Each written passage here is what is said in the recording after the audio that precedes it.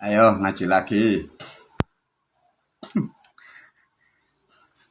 Kaset ini menerangkan sabda para moyang dengan judul Sabda Menjadi Kenyataan. Disabdakan para moyang sejak zaman dahulu, tatkala nanti zaman sudah mulai rusak, agama Islam sudah mendekati kehancuran, disebut juga zaman yang berakhir. Sudah disabdakan para moyang ada unen-unen. Kemarin sudah diajarin guru, diterangkan dengan unen-unen. Unen-unen apa itu guru? Ela elo sawu dipangan uler. Apa yuk? Ela elo wong bodoh ngaku pinter. Lah ini terjadi. Kurang lebih sudah ada 20 tahun dalam keadaan negara yang sudah seperti ini dan berkembangnya internet, sabda nenek moyang dan menjelang berakhirnya agama Islam sudah terjadi. Para pemimpin yang belum mengerti, tidak pinter, mengaku pinter, ngatur negara seakan-akan bisa, negaranya rusak, rakyatnya miskin. Nah, yang disebut ulama, ahli bahasa, kaya-kaya, ngerti Tuhan, umatnya hancur. Nah, ya karena sudah disabdakan. Ela elo sawu dipangan uler. Ela elo wong bodoh ngaku pinter. Maksudnya orang bodoh merasa pinter. Nah, tatkala ulama dan pejabatnya sudah rusak seperti itu, tidak mempunyai keahlian kapasitas, ulamanya juga begitu, rakyatnya hancur. Rakyatnya sendiri juga konyol dan bodoh. Bagaimana kok bisa, Mbak?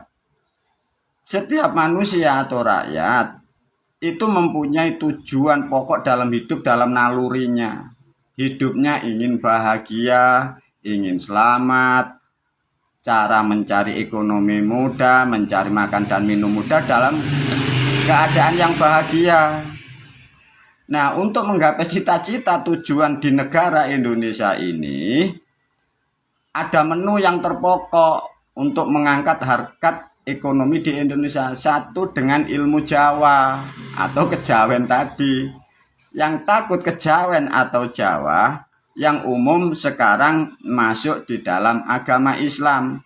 Harapan umatnya mendatangi sosok-sosok itu yang ahli agar ekonominya berubah.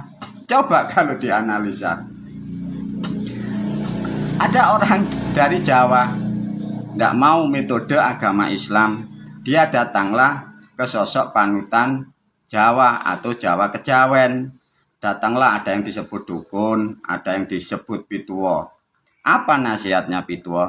Nak nger, nek sliramu kepingin mulyon dunya tumekane akhirat, nak nger, golek ono galene kangkung, golek ono susu angin, golek ono tilase kuntul kan lumayang. Baru kuwi engko, baru Anda nanti bisa mulia fid dunya wal akhirat. Lah tapi di situ kalian tidak paham. Yang datang dalam kebodohan, yang ngajarin juga bodoh. Menyuruh umatnya, menyuruh tamunya, menyuruh muridnya, disuruh mencari sesuatu yang tidak ada, sesuatu yang super sulit. Nah, kalau sudah terjadi begini bagaimana? Makanya gurune goblok, muridnya colo.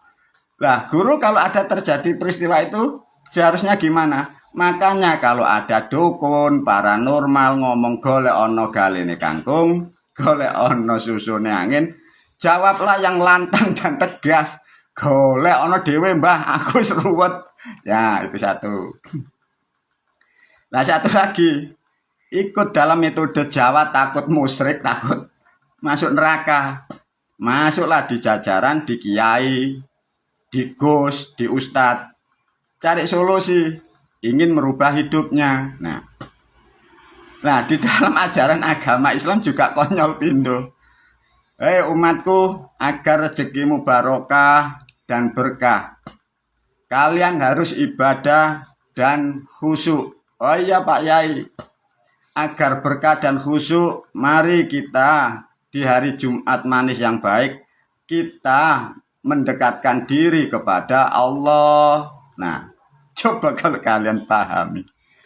Umat, untuk merubah rezeki, merubah kehidupan agar selamat, diajarin oleh guru-gurumu dan kitabmu. Disuruh mendekatkan diri kepada Allah, SWT. Lah sedangkan Allah nggak ada tempatnya, orangnya nggak ada.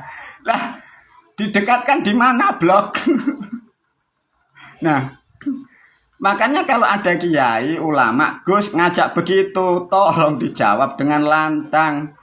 Wis Pak Kiai, Pak Gus, wis cidek-cidek ono dhewe. Aku mau wis kali gak tau kepethuk. Itu kedua.